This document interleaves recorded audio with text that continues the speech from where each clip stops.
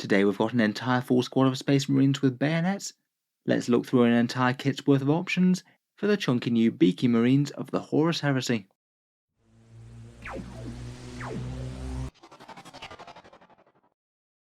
Hello and welcome back to Warspets Tactics, where today we've got a brand new Space Marine kit to look at. Perhaps the signature new rebrand kit from the Horus Heresy, classic beaky Mark VI Space Marines reimagined in plastic. It looks like Games Workshop are going to be unveiling the various different Horus Heresy launch box kits each Thursday, so there should be a good influx of new kits to review. I'll be certain to cover anything interesting here on Warspets Tactics, so feel free to subscribe if you'd like to see that. So as unveiled at that Adepticon preview, the new edition of the Horus Heresy is coming, and the main Legion tactical squads that you're going to be able to get in plastic from it are the Mark VI VI Armour ones, these guys with the beaky helmets and the studded shoulder pads. In the lore, the VI Armour is one of the later additions within the Horus Heresy, named after Corvus Corax of the Raven Guard, and the helmets are kind of synonymous with the Bird Boys even today. Supposedly it didn't really convey any better protection than the previous marks, but it was a little bit more manoeuvrable, the power systems were a bit more reliable, and was quite a lot quieter, quite important if you were trying to actually achieve any sort of stealth, the Raven Guard understandably being quite big fans of that. Apparently it was the most numerous pattern in service during the Siege of Terror, so I guess fits in pretty well with Games Workshop's Horus Heresy novel series there, and of course it harks back to Games Workshop's own history with the ancient RTB01 box, the first plastic kit of Space Marines ever released, which came out well over 30 years ago now. We'll go through the models themselves bit by bit in a second, but just in general they are a bit of a deviation from the Heresy era kits, and also the regular Space Marines from 40k as well. The Marines themselves are really quite chunky, bigger and more imposing than their brothers, perhaps not standing quite as tall as the Primaris Marines, but really not all that far off.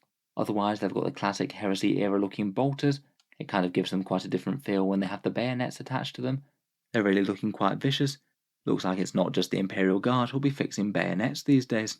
In terms of the model kit itself, it looks like there's possibly 3 of these in the launch box that they're going to be coming out with, and I think it's pretty certain that they'll be releasing individually as well. I'm going to guess the pricing will be around £37.50, $60 or €50. That would put them in line with the current Assault Intercessor kit, which really does feel like quite a close equivalent. In general, the Horus Heresy Legion squads tend to be armed with the same thing, but there's still a fair few interesting options and extras in the kit. So if we actually go on to take a spool through some of the pictures that Games Workshop have given us, here are a few of the more generic bolter armed Marines, all sporting the colours of the Sons of Horus, and you can see on a fair few of them here that their shoulder pads are a bit different to the standard Space Marine ones you might expect, no embossed trim on either of them, and the left one has that rather brutal and mechanical looking studded design. One of them can carry a Legion Vexilla, basically a back banner that doesn't need to be carried by the sergeant, and even though they do have it painted up in Sons of Horus regalia here, there aren't any Legion specific details on the squad, so thankfully you can use them for any one. Here we've got a few more of them. I think that the chap on the left has what's called an augury array, perhaps an ancient version of the more modern Auspex, and the squad sergeant is here as well. He's got the option to take a plasma pistol and a power sword, and he seems to be showing off his status with that sideways facing helmet crest. I think he does look like quite a cool model. I guess that crest might fit in a bit better with some chapters than others though. I feel like it could be quite appropriate for Ultramarines in particular. As well as just the still images that they uploaded, they also had a brief reveal trailer as well. It showed a bunch of them painted up in Imperial Fists regalia, and what's interesting is there's really quite a lot of Imperial Fists armed with the chain bayonets here, just in case that regular knife bayonet wasn't giving you quite enough cutting power, I guess. I suppose that must mean that they must include really quite a lot of them within the kit, perhaps enough to equip the entire squad with as well, if you so prefer. I feel like they look maybe a little bit more awkward than the knife ones, but it's kind of hard to get over the rule of cool that is chain bayonets. That fits pretty nicely into the Warhammer universes in general. Otherwise, we've got a few other pictures of the Marines painted up in various different Horus Heresy colour schemes. We've got an Ultramarine Sergeant here with some gold studs going on, a Death Guard chap with a chain bayonet. I must admit though, I don't think that the Corvus Armour is the first one that I'd think of for Death Guard Marines. And we've also got a Night Lord Marine, resplendent with their standard crackling lightning armour. It looks like he's found himself a lightning claw. Apparently as well as this you will also be able to field a power fist on the sergeant too. And as well as the Vexilla and the augury scanner, there's also going to be the option to build something called a Nuncio Vox, some sort of communicator device. Obviously, these guys are primarily aimed for Horus Heresy, but fairly generic Space Marines with bolters are always going to have an option to be used in 40k. There will be a kind of interesting way to get your hands on plastic true scale Marines, firstborn with arguably some slightly better proportions. Potentially, you could have these stand in for standard tactical squads or Chaos Legionaries, though I must admit, in 40k at least, the beaky helmets do tend to be a bit more associated with loyalists than the traitors. I suppose if they have enough of a Heresy era vibe against them, it really could be from either side of the coin though.